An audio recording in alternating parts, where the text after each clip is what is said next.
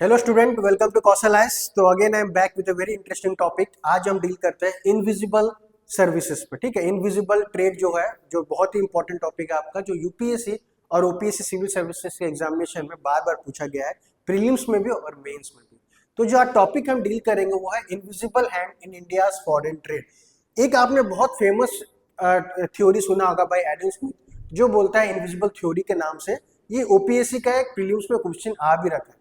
तो invisible theory Adam Smith का क्या बोलता है कि मार्केट में कुछ एक ऐसा इनविजिबल हैंड है जो इक्विलिब्रियम मेंटेन करके रखता है डिमांड एंड सप्लाई का। जैसे कभी होता नहीं, आप जैसे मार्केट में कुछ अगर चाहते हैं सामान, तो उसका सप्लाई भी मैच हो ही जाता है। मतलब एडम स्मिथ बोलता है कि इकोनॉमिक कंडीशन जो है मार्केट का, डिमांड एंड सप्लाई, वो इक्विलिब्रियम में रह जाता है। इकोनॉमी अपने आप ही वो इक्विलिब्रियम स्टेट पे या स्टेटस को स्टेट पे आ जाता है। बट इसी के अगर हम डिराइव कर रहे हैं, जैसे अभी आर्टिकल बहुत इंपॉर्टेंट आ रहा है ये द इंडियन एक्सप्रेस में, इनविजिबल हैंड फॉरेन ट्रेड में, ये इनविजिबल हैंड वाला फैक्टर कैसे काम करता है वो मैं डिटेल में आपको समझाऊंगा। मार्केट में जो डिमांड एंड सप्लाई वाला जो है इनविजिबल हैंड, वो अलग कंसेप्ट है। बट फॉरेन ट्रेड में जो इनविजिबल हैंड कंसेप्ट है, उसको जानने से पहले आपको बैलेंस ऑफ पेमेंट समझना पड़ेगा, उसके कंपोनेंट समझना पड़ेगा, करंट अकाउंट समझना पड़ेगा, कैपिटल अकाउंट समझना पड़ेगा। तब जाके ये क्वेश्चन जब भी अगर पेपर में आएगा यूपीएससी ओपीएससी में, आप इसको अप्रोच कर पाएंगे और डेफिनेटली करेक्ट कर पाएंगे। तो वीडियो पूरा एंड तक देखिए, हर एक पॉइंट मैं आपका क्लियर करने वाला हूं regarding this foreign trade subject. इससे जुड़ते हुए मैं क्वेश्चन भी कुछ आपको दे दूंगा आपको प्रैक्टिस करने के लिए। तो वीडियो पे बने रहिए एंड तक। तो जैसा टॉपिक है हमारा invisible hand in India's foreign trade. ठीक है, तो इससे पहले मैं एक अनाउंसमेंट करना चाहता हूं कि हमारा जो है बैच स्टार्ट हो रहा है ऑफलाइन ऑनलाइन का, जिस बैच में हम क्या क्या प्रोवाइड करते हैं। कंप्लीट सिलेबस रहेगा, जीएस ऑप्शनल, सी सेट का टेस्ट सीरीज इंक्लूडेड रहेगा, आपका प्रीलिम्स का, मेंस का, ऑप्शनल का, मंथली टेस्ट भी रहेगा, डाउट क्लियरेंस क्लास रहेगा, वन ऑन वन मेंटोरशिप मिलेगा, पीडीएफ नोट्स, सब कुछ आपको अंडर वन रूप हम प्रोवाइड करते हैं। तो कौशल आइस का ये गारंटी है हमारा कि हम टोटल उड़ीसा या इंडिया में best affordable and quality teachers हम आपको प्रोवाइड करते हैं। तो ये जो दिए गए नंबर पे आप कांटेक्ट करके अपना रजिस्टर करिए, अपना सीट बुक करिए। जल्दी हम स्टार्ट करते हैं, आप मिशन में हमारे साथ जुड़िए कि डेफिनेटली हम आपको एक साल के अंदर एक सिक्योर सीट दिला सकते हैं यूपीएससी और ओपीएससी में। तो आगे आते हैं। तो जो पहला जो है, आप जैसे मैंने कहा कि बैलेंस ऑफ पेमेंट आपको समझना पड़ेगा। तो ये जो डायग्राम से समझ सकते हैं, बैलेंस ऑफ पेमेंट क्या होता है, एक साल भर का एनुअल स्टेटमेंट होता है। वो एनुअल स्टेटमेंट में हम कितना इंपोर्ट करते हैं और कितना एक्सपोर्ट करते हैं, सरकार लिखता है। ठीक है, फॉर एग्जाम्पल यहाँ पे देखो, इंडिया है, इंडिया किस किस कंट्री से ट्रेड करता है, आइदर गवर्नमेंट हुआ या प्राइवेट हुआ या फिर इंडिविजुअल हुआ, जितना वो इंपोर्ट कर रहा है या फॉरेन में जितना वो एक्सपोर्ट कर रहा है और कितना इंपोर्ट कर रहा है, वो सब एक सीट में बैलेंस होके या मेंटेन होके रहता है, जिसको बोलते हैं बैलेंस ऑफ पेमेंट। ठीक है, जैसे आपका एक सीट ले लेता हूं मैं, पूरा 1 ईयर में, जैसे जैन हुआ, फेब हुआ, मार्च हुआ, दिसंबर तक। ठीक है, दिसंबर तक जितना भी इंडिया एक्सपोर्ट और इंपोर्ट करता है with neighbouring countries with respect to the whole world, वो बैलेंस करके मेंटेन करके रखा जाता है और फिर उसको टैली किया जाता है। ठीक है, तो ये जो जो आपके स्टेटमेंट है यहाँ पे, the balance of payment is a statement that summarises all economic transaction between resident of a country and the rest of the world during a specific period, that is a year. ठीक है, typically a year. तो एक साल में जितना भी resident of a country trade करता है with respect to other countries of the world. ठीक है, अब ये जो बैलेंस ऑफ पेमेंट है, इसको दो कंपोनेंट में हम बेसिकली डिवाइड करते हैं। जो इसका कंपोनेंट, आगे ये इनविजिबल हैंड थ्योरी पढ़ने से पहले आपको ये दो कंपोनेंट क्लियर होना चाहिए। वो कंपोनेंट है हमारा current account and capital account. ठीक है, तो ये जो मेन कंपोनेंट है हमारा करंट अकाउंट में, हम क्या क्या रखते हैं बच्चों, देखो करंट अकाउंट में रखते हैं export and import of goods. ठीक है, export and import of services, unilateral transfers and income received and payment. ठीक है, ये चार कंपोनेंट मिलके क्या बनता है, करंट अकाउंट। जितना भी हम गुड्स या फिर मर्चेंडाइज, ठीक है, गुड्स को अदर नेम भी हम क्या बोलते हैं, मर्चेंडाइज। ठीक है, मर्चेंडाइज। तो जितना भी है गुड्स, अगर एक्सपोर्ट इंपोर्ट, वो करंट अकाउंट में रहेगा। जितना भी सर्विसेज हम इंपोर्ट एक्सपोर्ट करते हैं, जैसे सर्विसेज में क्या आता है, आईटी सेक्टर हो गया, आपका कॉल सेंटर्स हो गया, आपका मेडिकल हो गया, टेलीकम्युनिकेशंस हो गया, तो ये सब जो सर्विसेज सेक्टर में है, उसका भी एक्सपोर्ट एंड इंपोर्ट हम करंट अकाउंट में रखते हैं। यूनिलेटरल ट्रांसफर, ठीक है, जैसे इसको आपके घर में रेमिटेंस, इसको हम अदर वर्ड बोलते हैं रेमिटेंस। ठीक है, रेमिटेंसेस वेरी इंपॉर्टेंट। ठीक है, रेमिटेंसेस क्या होता है, जैसे आपके कोई भाई बहन या रिश्तेदार बाहर में रह रहे हैं, कनाडा में रह रहे हैं, वो वहां पे अर्न कर रहा है, आपको यहाँ पे कुछ पैसा ट्रांसफर कर रहा है, तो that is remittance, one way transfer. कोई आपको गिफ्ट भेज रहा है, ठीक है, आपको सपोज आपके भाई रहते हैं लंदन में, वो आपको एप्पल का मैकबुक दे रहे, तो गिफ्ट हो गया, सब किस अकाउंट में हम रजिस्टर करेंगे, वो करंट अकाउंट में रजिस्टर करते हैं। कैपिटल अकाउंट में क्या क्या होता है, सरकार या कोई पर्सन अगर बोरो कर रहा है या लेंड कर रहा है, बोरोइंग या लेंडिंग, वो कैपिटल अकाउंट में है। इन्वेस्टमेंट है, जैसे आपका फॉरेन डायरेक्ट इन्वेस्टमेंट हुआ, फॉरेन पोर्टफोलियो इन्वेस्टमेंट हुआ, ये सब कैपिटल अकाउंट में जाएगा। फॉरेन एक्सचेंज रिजर्व का जो भी कंपोनेंट है, सब कैपिटल अकाउंट में जाएगा। तो ये जो है इनविजिबल, वो हम कंसर्न है सिर्फ करंट अकाउंट के लिए।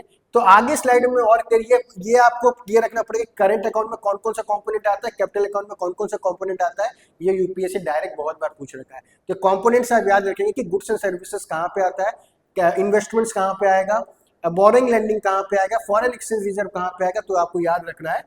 आगे बढ़ते हैं तो करंट अकाउंट को थोड़ा और हम डिटेल में देखते हैं। तो करंट अकाउंट में जो भी गुड्स होता है ना बच्चों, गुड्स या फिर क्या बोलते हैं मर्चेंडाइज, ठीक है, वो विजिबल, जो भी विजिबल होता है वो हम उसको नेट विजिबल या फिर बैलेंस ऑफ ट्रेड में रखते हैं, उसको क्या बोलते हैं हम, बैलेंस ऑफ ट्रेड, बीओटी। खाली यहाँ पे देखो बैलेंस ऑफ ट्रेड में क्या आपका export and import of goods, तो यहाँ पे हम सिर्फ गुड्स जो टेंजिबल है, जो आंखों से देख सकते हैं, वो बैलेंस ऑफ ट्रेड में रखते हैं। बाकी सब जो होता है वो होता है इनविजिबल, बैलेंस ऑफ इनविजिबल। जैसे क्या क्या आ गया बैलेंस ऑफ इनविजिबल में, जो भी हम सर्विसेज से ट्रेड करते हैं, आईटी सेक्टर हो गया, मेडिकल सेक्टर हो गया, टूरिज्म हो गया, फिर क्या होता है बैंकिंग, सॉफ्टवेयर एक्सेट्रा, जैसा जो भी आईटी जो भी सर्विसेज रिलेटेड है वो सब आ जाएगा। देन प्राइवेट ट्रांसफर, जैसे मैंने कहा आपका गिफ्ट्स हो गया, रेमिटेंस हो गया, ग्रांट्स हो गया, है ना, कोई डोनेशन दे रहा है आपको, बाहर कंट्री से आपको डोनेशन मिल रहा है, ग्रांट्स मिल रहा है, कोई आपके भाई लोग गिफ्ट्स दिए होंगे या कोई पैसा भेज रहा होगा घर पे, तो ये सब कैटेगरी ब्रॉडली किसमें आ जाएगा, इनविजिबल में। क्योंकि देखो ये सब टेंजिबल नहीं है, जो सर्विसेज हो आप आंखों से थोड़ी देख सकते हो, एजुकेशन इज अ सर्विस, वो मतलब उसको हम टेंजिबल एंटिटी बोल के कुछ नहीं है, उसको कोई स्ट्रक्चर नहीं है, ठीक है। सिमिलरली जो हॉस्पिटैलिटी सर्विस होता है, उसको थोड़ी सर्विस आप आंखों से देख सकते हो, वो फील करते हो आप, है ना, वो आप फील करते हो, फिर जाके उसमें सर्विसेज पे कुछ फीडबैक देते हो, तो वो आप देख नहीं सकते अपने सेंसेस से या परसीव नहीं कर सकते थ्रू योर आईज, तो वो सब जो होता है उससे इनविजिबल होता है। तो विजिबल कंपोनेंट जो करंट अकाउंट का है वो गुड्स एंड मर्चेंडाइज है, और इनविजिबल कंपाउंड से जो आपका इनविजिबल सर्विसेज हो गया, बैंकिंग हो गया, आपका प्राइवेट ट्रांसफर, रेमिटेंसेस, रेमिटेंसेस बहुत इंपॉर्टेंट, ठीक है, तो ये सब होता है आपका ट्रांसफर पेमेंट्स बोलते हैं उसको, रेमिटेंसेस बोलते हैं, तो ये सब हम इनविजिबल कैटेगरी में रखते हैं।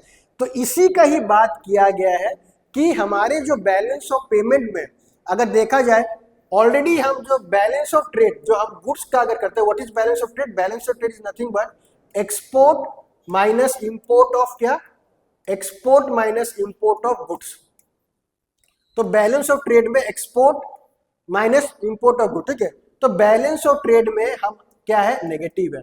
नेगेटिव मतलब हम डेफिसिट में, डेफिसिट कैसे हम करेंगे, क्योंकि देखा जा रहा है हमारा इंपोर्ट बहुत एक्सपोर्ट से कंपैरिजन में, हम बाहर कंट्री से गुड्स बहुत ही ज्यादा इंपोर्ट करते हैं रेदर देन एक्सपोर्ट करते हैं। जैसे क्रूड ऑयल हुआ, 80% क्रूड ऑयल हम बाहर से क्या करते हैं बच्चों, इंपोर्ट करते हैं, तो यही होगा। तो इसलिए हमारा बैलेंस ऑफ ट्रेड जो नेट है, नेट बैलेंस ऑफ ट्रेड हम डेफिसिट है। बट बैलेंस ऑफ इनविजिबल या बैलेंस ऑफ सर्विसेज में हम क्या है, बैलेंस ऑफ सर्विसेज का फॉर्मूला होता है export minus import of what, services, export minus import of services.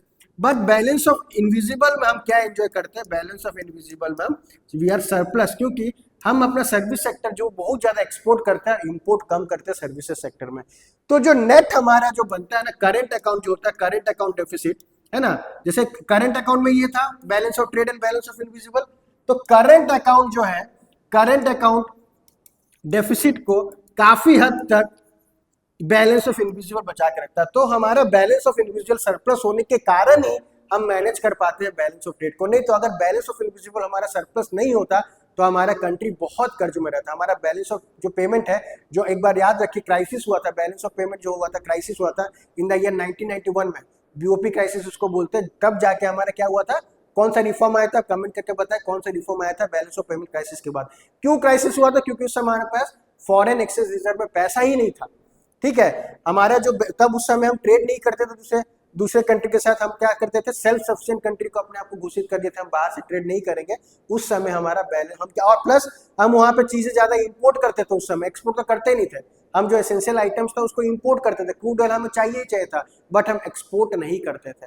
तो 1991 में बैलेंस ऑफ पेमेंट क्राइसिस आ गया था, ठीक है। उसके बाद से कभी भी क्राइसिस नहीं आया, और अभी हम बैलेंस ऑफ इनविजिबल में वी आर सरप्लस। हम अपना सर्विस ज्यादा एक्सपोर्ट करते हैं rather देन इंपोर्ट करते हैं। सर्विसेज में अगर बेस्ट एग्जांपल मैं दूं, आईटी सेक्टर इंडिया का बूम करता है सर्विस एक्सपोर्ट में। हम बड़े बड़े प्रोजेक्ट्स फॉरेन कंट्रीज के हम यहाँ पर लाते हैं, यहाँ पे बड़े बड़े प्रोजेक्ट्स का जो फॉरेन कंट्रीज का प्रोजेक्ट को हम सर्विस करते हैं। हॉस्पिटैलिटी हमारा बहुत अच्छा है यहाँ पे, जो टूरिज्म इंडस्ट्री बहुत अच्छा है, जो भी यहाँ पे विजिट करते हैं तो वो सर्विस कैटेगरी माना जाता है। उससे काफी इंडिया को फॉरेन एक्सचेंज मिलता है, जो कि बैलेंस ऑफ इनविजिबल को सरप्लस करने में मदद करता है, और जो भी बैलेंस ऑफ ट्रेड में जो हमारा डेफिसिट है उसको कहीं ना कहीं मेंटेन करता है। तो यही इनविजिबल हैंड के बारे में बताया जा रहा है कि सर्विसेज जो नहीं दिखता है बट वही इंडिया का इकोनॉमी को बचा के रखा है, वही इंडिया को बैलेंस ऑफ जो ट्रेड है या बैलेंस ऑफ पेमेंट क्राइसिस होने से बचा के रखा हुआ है। तो थोड़ा और देखते हैं इसके अंदर। तो ये इनविजिबल फैक्टर होप सो सबको क्लियर हो गया। करंट अकाउंट में क्या होता है, विजिबल फैक्टर होता है, इनविजिबल फैक्टर होता है, ठीक है। तो ये डेटा मैंने कोट कर रखा है from the Indian source RBI reserve bank of India से। तो आप देख सकते हैं यहाँ पे कि बैलेंस ऑफ ट्रेड जो हमारा है, देखो गुड्स ट्रेड बैलेंस, ठीक है, बीओटी क्या हमारा नेगेटिव में -287.21 बिलियन डॉलर, ठीक है। बट इनविजिबल बैलेंस देखो हमारा पॉजिटिव में 263.85, ठीक है। तो ट्रेड में हम क्यों नेगेटिव में आ रहा है, क्योंकि हम ज्यादा इंपोर्ट कर रहे हैं, एक्सपोर्ट बहुत कम कर रहे हैं। बट इनविजिबल बैलेंस हमारा पॉजिटिव में जो इसको बैलेंस कर देता है। और नेट करंट अकाउंट बैलेंस देखो बच्चों, नेट करंट अकाउंट बैलेंस कितना कम हो जा रहा है। मान लो अगर ये अगर नहीं रहता तो हमारा नेट करंट अकाउंट डेफिसिट जो है, करंट अकाउंट बैलेंस जो है बहुत ही नेगेटिव चले जाता है, हम लोग डेफिसिट में रहते हैं और फिर से बीओपी क्राइसिस की ओर बढ़ सकते थे। तो यही इनविजिबल फैक्टर इकोनॉमी को बचा रखा है। रेमिटेंसेस हो गया, क्योंकि रेमिटेंसेस में ही बहुत पैसा आता है हमारा, खास करके बांग्लादेश से। हमारे जो इंडिया के वो मैक्सिमम लोग बांग्लादेश यूएई में जाके काम करते हैं, वो लोग जो घर पैसा भेजते हैं वो भी रेमिटेंस में कैलकुलेट होता है और सर्विसेज में जाता है, ठीक है। Private good transfer, donation grants बहुत मिलता है हमें, एनजीओ को बहुत सारा ग्रांट्स डोनेशन मिलता है फॉरेन कंट्री से, वो सब सर्विसेज में जाता है। आईटी सेक्टर आपका, अब ये कॉलिंग सेंटर है ना, बीपीओ सेक्टर, ये सबसे भी हमें बहुत रेमिटेंसेस मिलता है, जिसके वजह से हमारा जो इनविजिबल बैलेंस है पॉजिटिव में है और जो काउंटर करता है हमारा डेफिसिट को, ठीक है। तो in India case the invisible trade, जैसा मैंने कहा, in India case the invisible trade, ठीक है, export and import of services plus cross border private individual money transfer जो भी today bigger than the visible. जैसे मैंने कहा हमारा इनविजिबल जो ट्रेड है वो काफी बड़ा है मर्चेंडाइज सेक्टर से, गुड सेक्टर से, जिसके वजह से हमारी इकोनॉमी पे सस्टेन कर रहा है, ठीक है। तो इन दिस केस जैसे मैंने बताया balance of payment trade deficit होता है बच्चों, ट्रेड डेफिसिट ऐसा नहीं है।